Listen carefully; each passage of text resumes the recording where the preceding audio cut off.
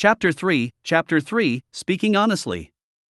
The one who awakened the Rinnegan wasn't Nagato, it was Madara Uchiha. That's impossible. Conan's beliefs were utterly shattered, leaving her unable to accept this revelation. Naruto added to the blow, "Oh, and the Madara I'm talking about isn't the masked man in Akatsuki. He only claimed to be Madara to deceive you all." Conan's voice was filled with despair. "One claims to be Madara, and now you're telling me there's another Madara? Both of you are liars. I don't believe anyone." "This is a bit tricky," Naruto muttered, falling into deep thought. His left hand unconsciously tapped on the table. It's worth mentioning that Naruto had lost his right arm during his battle with Sasuke in his previous life. Although he now used a prosthetic arm, he had developed the habit of relying on his left hand, becoming a lefty by necessity. This habit persisted even after his soul traveled back through time. Naruto rummaged through his memories, trying to find information that could convince Conan. It had been so long that recalling the details took considerable effort. "Ah, I remember now. You meticulously prepared to kill that masked Madara, didn't you? If I recall correctly, it was 600 million, no, 600 billion explosive tags, right? How do you know that?" Conan's face turned pale in an instant. Her secret preparations, unknown even to Nagato, had been exposed. "Did you read my mind?" Conan could only think of one possible explanation. Naruto chuckled helplessly. "Come on, I know nothing about genjutsu. And without the help of the Yamanaka clan, how could I possibly do such a thing?" In his previous life, during the Fourth Shinobi World War, Naruto had gleaned this information from Obito's memories while extracting the Ten Tails from him. That was how he learned about Conan's 600 billion explosive tags. Seeing Conan's unsettled expression, Naruto pressed on, "So? Does this at least prove that I'm not just spouting nonsense?" Conan took a deep breath, trying to regain her composure and restore her usual calm demeanor. "Even if you know this secret, it doesn't prove that everything you said about Madara is true." Naruto replied candidly, "You're right. Whether you believe me or not is up to you.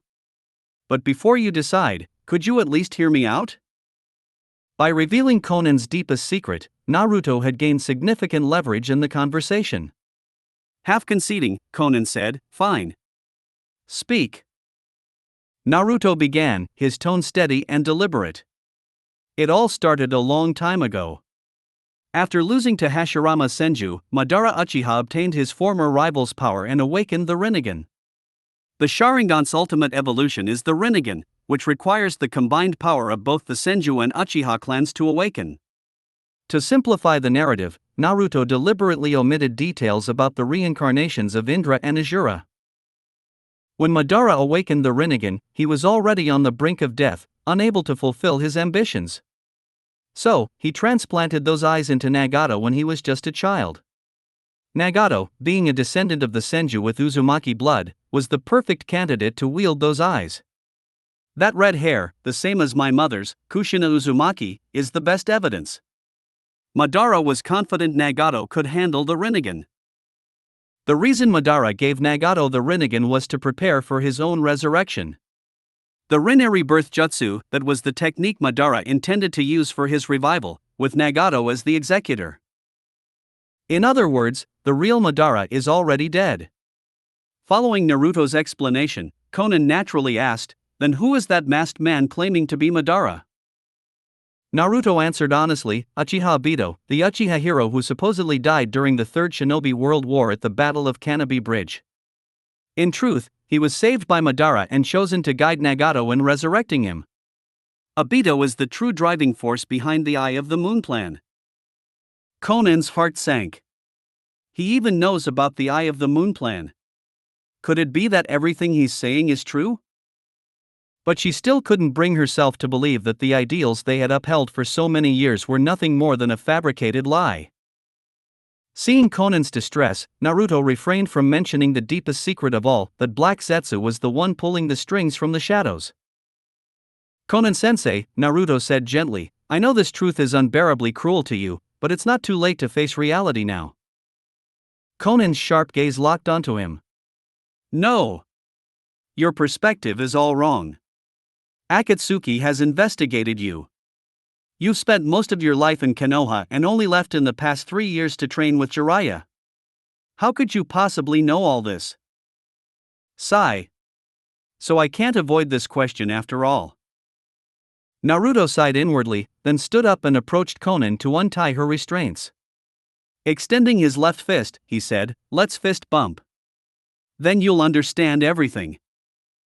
Conan hesitated, but the intense emotions swirling in Naruto's right eye compelled her to uncover the truth. Taking a deep breath, she reached out her hand. Drip. The moment their fists touched, ripples spread across her consciousness, and countless images flooded her mind. This. Conan's inner world was in turmoil. Her orange eyes flickered intensely. Is this all true? Every word, Naruto said solemnly. This is the real future. I escaped to this era on the brink of death. It's ironic, isn't it? The only reason I could return was because of the treasures of that clan. On our own, we couldn't do anything. Since I've returned, I have only one goal, to defeat those people and protect this world. For that, I need power strong enough to stand against them. Conan had mostly come to believe Naruto. After all, words could be fabricated, but the emotions within one's heart could not lie.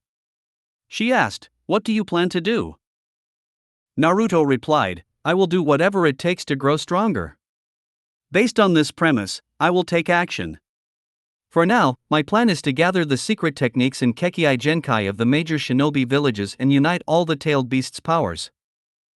Conan responded, "Secret techniques and Kekkai Genkai are the top secrets of each village. The tailed beasts are key to maintaining the balance of power among the 5 great nations. Are you planning to make enemies of the entire shinobi world?" Naruto smiled.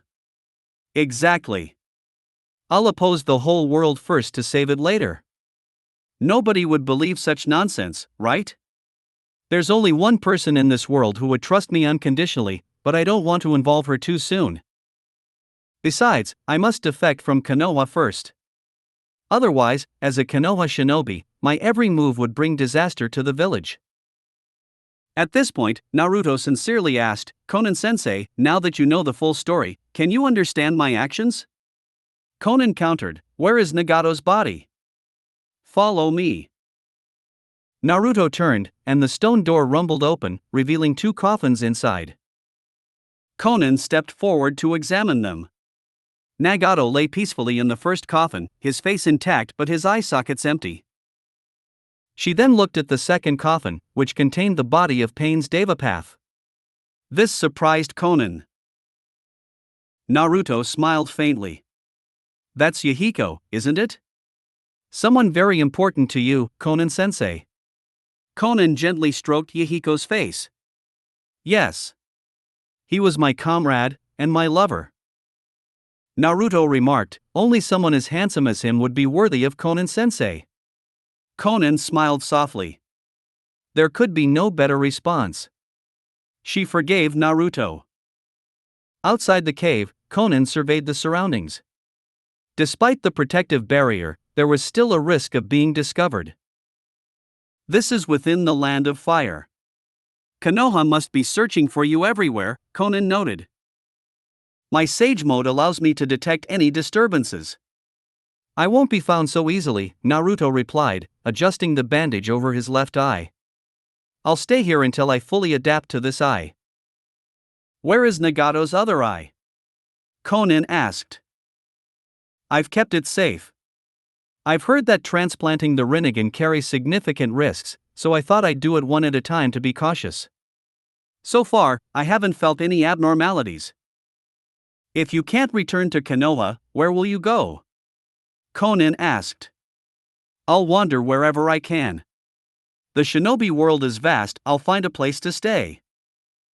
After a long silence, Conan finally said, in that case, come with me to Amigakure. Naruto was taken aback. Conan-sensei, you? At last, Conan revealed her true thoughts. Such a dangerous plan can't succeed with you alone. You've inherited Nagato's will and his eyes. I have no reason not to support you with all my strength. Amagakure is willing to be your stronghold. Naruto was overwhelmed with gratitude.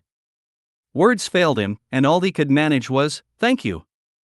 Conan responded calmly, "When do we leave?" Naruto's gaze turned resolute. "Not yet. There's someone I must meet first." Chapter 4, Undercurrents. In the wilderness of the Land of Fire, the massive skeleton of a beast marked the entrance to an underground lair. This was one of Akatsuki's hideouts. The Geto statue sat motionless on an altar, its hands bound by heavy chains. The masked Obito sat on a stone chair in front of the statue. Through the single hole in his orange mask, his Sharingan glowed faintly, its dim light flickering in rhythm with the unsteady flames of the torches that illuminated the cavern. Black Zetsu and White Zetsu had brought 3 shocking pieces of news, leaving the calculating man in prolonged silence. Nagato, renowned for his invincibility as Pain, had been defeated. Nagato had betrayed him, using the Rinne Rebirth Jutsu to revive the dead of Konoha. And Naruto appeared to have betrayed Konoha, taking Nagato's body with him. From beneath the mask, Obito's voice emerged, low and steady. Nagato's betrayal was unexpected, but Naruto's actions, they are even more surprising. White Zetsu asked, "What should we do now?" Obito turned his head slightly. "Did you overhear Naruto's conversation with Conan?" White Zetsu replied, "No, that kid can sense natural energy. If I got too close, I'd be in danger." Obito turned his gaze back. The worst-case scenario is that Naruto has set his sights on the Rinnegan. Additionally, according to intelligence intercepted by Akatsuki, the Reikage has called for a 5 Kage summit. The purpose of the meeting is to discuss Sasuke's punishment. I had originally planned to use this opportunity to declare war on the 5 great nations and reveal the moon's eye plan to the world. As he spoke, Obito clenched his hand tightly on his knee. But our ability to declare war depends on the power of the 7-tailed beasts we've sealed in the Geto statue up to now. And to wield that power, the Rinnegan is indispensable. White Zetsu exclaimed, "Then this is bad. If Naruto has the Rinnegan, he could summon the statue away at any moment and turn its power against us." Obito replied, "No need to panic just yet. The Rinnegan's ocular power isn't so easily mastered. It took Nagato years to summon the statue successfully." Though his words were calm, Obito's mind was racing. Naruto possesses an Uzumaki physique comparable to Nagato's. If he's determined, it's only a matter of time before he succeeds. Whether he defeated Pain or suddenly revealed his ambitions, I can no longer treat him as a mere child. To be safe, I'll take an extra precaution. Obito slowly rose to his feet and extended his hand toward the Geto statue. Whoosh! A vortex of Kamui spiraled out from his right eye, engulfing the entire statue. Snap! The vortex closed, and the statue vanished without a trace. Obito said, "This will eliminate the immediate risk." White Zetsu cheered, "As expected of you. Moving such a massive statue in an instant." Black Zetsu spoke in a low voice, "What's your next move?" Obito pondered aloud, "Deploy all the White Zetsu to search for Uzumaki Naruto's whereabouts. He should still be in the Land of Fire. Report to me immediately if you find any leads. We must reclaim the Rinnegan before things spiral out of control." White Zetsu replied, "Understood." Obito then turned to Kisame Hashigaki, who had been silently standing nearby. Not long ago, after the conclusion of the battle between Itachi and Sasuke, Obito had revealed his true identity to Kisame. Among the members of Akatsuki, Kisame was the one he trusted most, apart from White Zetsu. "Kisame, I'm entrusting the 8 tails to you." "Understood." Obito's gaze grew deep and contemplative. "We can't let a small setback throw us off course. The declaration of war against the 5 great nations will proceed as planned. As for a certain pair of eyes, let's see how the 5 Kage can help nurture them. Let's pay a visit to our defeated warrior. After all, the matter of the eight tails needs to be addressed, doesn't it, Sasuke? In the land of fire, Team Taka was resting in a forest as they prepared to head toward Konoha. Before Pain's assault on Konoha, Sasuke and his team had attacked the Valley of Clouds and Lightning, retrieving only a tentacle from the eight tails. Afterward, Team Taka had severed ties with Akatsuki and set out on their mission to seek revenge against Konoha. Yugo was alone by the river, filling a container with water. Birds chirped softly on his shoulder, and a gentle smile graced his lips. Chirp, chirp, chirp. Suddenly, the birds scattered in alarm. Yugo turned toward the forest behind him, only to see a blonde-haired boy with a bandage over his left eye approaching. It's you. Yugo recognized Naruto immediately. During Konoha's large-scale search for Sasuke before the battle between the Uchiha brothers, one of Naruto's shadow clones had encountered Team Taka, leaving a lasting impression on Yugo. To Naruto, who had returned from the future, Yugo was also a familiar face. With a smile, Naruto greeted him. It's been a while, Yugo. You really do have a way with animals. They're all right, Yugo replied curtly. Are you here to see Sasuke? Naruto's expression turned enigmatic. No, I'm here for you, or more precisely, for someone I can only meet through you. Yugo's gaze darkened. That's not going to happen.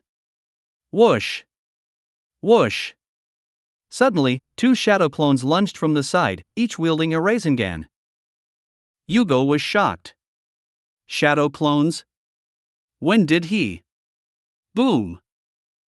The explosion forced Yugo to retreat, skimming across the water's surface before stopping in the middle of the river.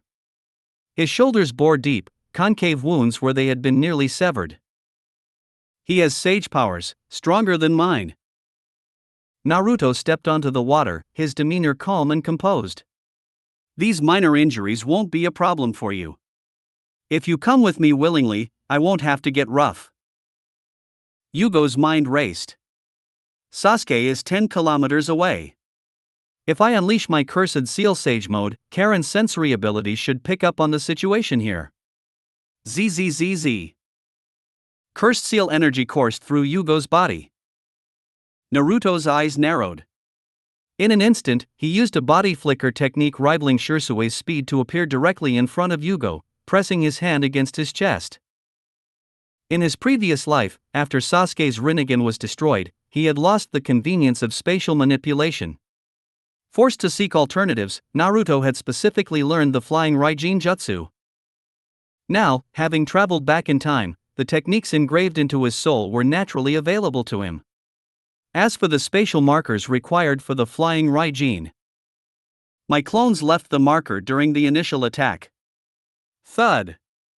Naruto's left hand pressed firmly against Yugo's chest. Gurgle, gurgle. The energy of Yugo's cursed seal flowed continuously into Naruto's palm. Yugo gasped, "You're absorbing my chakra?" As the cursed seal energy drained away, Yugo's body rapidly shrank until he reverted to a childlike form and collapsed unconscious. What a fascinating body. No wonder Sasuke chose you. Naruto sighed, lifting Yugo onto his shoulder and returning to the riverbank. Whoosh! Conan materialized from a flurry of paper. That went more smoothly than I expected. He's actually quite strong, Naruto admitted. To avoid complications, I had to strike first. If Sasuke and the others had arrived, the outcome would have been hard to predict. His years in a post-apocalyptic world had instilled in Naruto an extraordinary sense of caution. He never acted without absolute certainty, and even when confident, he erred on the side of caution. Naruto gently laid Yugo down, removing the boy's wet clothes and covering him with Naruto's own dry cloak to keep him warm. Conan asked, "You're not taking him with us?" Naruto glanced at the cursed seal mark on his left palm. I've already absorbed enough of his sage energy. There's no need to bring him along. Conan stared deeply at the bandage covering Naruto's left eye, silently marveling. Even with his optic nerves not fully connected, he's already capable of using the Rinnegan's basic powers. Perhaps he's even more suited to these eyes than Nagato was. Naruto donned Yugo's damp black cloak, the fabric clinging to him as he turned, his own cloak billowing dramatically. Let's go. On to the next destination. Chapter 5, Intrigue and Deception. The mansion of the daimyo of the Land of Fire was bustling with discussions about the reconstruction of Kanahagakure. A long table was set in the grand hall. The daimyo of the Land of Fire, Mitsuhide Akechi, sat at the southern end of the table. To the east were 5 senior advisors to the daimyo, all wearing dark high hats. To the west sat 5 representatives from Konoha, Midokado Hamura, Udatain Kohara, an ANBU squad leader clad in a white cloak and animal mask, the Jonin representative Shikaku Nara, and the head of the Root Division, Danzo Shimura. Midokado Hamura began, "We intend to continue our alliance's policies against Akatsuki." Across from him, the bespectacled and scholarly chief advisor replied, "Since the village has been reduced to this state, the Land of Fire will fully support its reconstruction. First, we must address the budget, and then work on repairing strained relations with other nations." At this point, Danzo interjected, "More urgent than those matters is determining the next Hokage." Shikaku Nara immediately tensed. As expected, it has begun. As the Jonin representative, Shikaku had previously proposed Kakashi Hatake as the next Hokage. However, he knew that another man coveted the Hokage seat, Danzo Shimura. Kakashi's ascension would not come without resistance. The daimyo fanned himself leisurely. "Can't we wait until Tsunade recovers?" Udatain Koharo replied, "Daimyo-sama, Tsunade is still in a coma, and we don't know when she will wake up. Given the current state of the village, it will be difficult for her to lead effectively. Moreover, she bears some responsibility for the village's destruction." The responsibility Kohara referred to was Tsunade's decision to hide Naruto in the secluded Mount Mayaboku, which had forced Pain to invade Konoha in search of him. The daimyo sighed. "I had originally thought of choosing Jiraiya. I admired him greatly, but alas, he is no longer with us. Are there any other candidates?" At this moment, Danzo opened his mouth. "If that's the case, I nominate Kakashi Hatake." Shikaku interrupted forcefully, ignoring the icy glare Danzo shot his way. "Oh. The son of the White Fang, is it? Not bad." The daimyo seemed pleased. He turned to the advisors. "What do you all think? His reputation, strength, and character are all outstanding. But isn't he a bit too young? Wasn't the 4th Hokage, Minato Namikaze, even younger at the time?" The advisors voiced their opinions one after another, and the situation began to tilt in Kakashi's favor. Then, the bespectacled chief advisor asked, "Kakashi Hatake, whose disciple is he?" Midokado Hamura answered, "He was the disciple of the 4th Hokage." The daimyo clapped his hands. The 4th Hokage was Jiraiya's student, and Jiraiya was the 3rd Hokage's student. It seems there's no issue." "Very well." Just as the decision seemed settled, Danzo coldly interjected, "The 3rd Hokage's teachings have done nothing but push the village toward ruin." The daimyo flinched at Danzo's piercing gaze, hastily raising his fan to cover half his face. Seizing the moment, Danzo continued, "The leader of Akatsuki, who destroyed our village, was once Jiraiya's student. This is the result of naively teaching foreign nations our techniques, a fatal mistake. This misguided idealism, passed down through generations, led to the betrayal of our allied nations and gave Orochimaru the opportunity to attack the village. And now, Akatsuki's new rising star is none other than a remnant of the Uchiha clan, a rogue ninja, Sasuke Uchiha." Shikaku's expression grew grim as he listened to Danzo's accusations. Suddenly, Danzo's lips curled into a cunning smile, and he delivered another bombshell. "But above all, the greatest failure lies with another of Jiraiya's disciples, Konoha's Ninetales Jinchuriki, Naruto Uzumaki, who has betrayed the village." Shikaku's expression changed drastically, and the entire hall erupted in shock. The chief advisor exclaimed, "Wait a moment. Isn't Naruto the hero who defeated Akatsuki's leader? Isn't he currently resting and being celebrated for his deeds?" "Ha! Danzo sneered, glancing at Shikaku. You should ask the Jonin representative, Shikaku Nara, about that. The daimyo turned to Shikaku.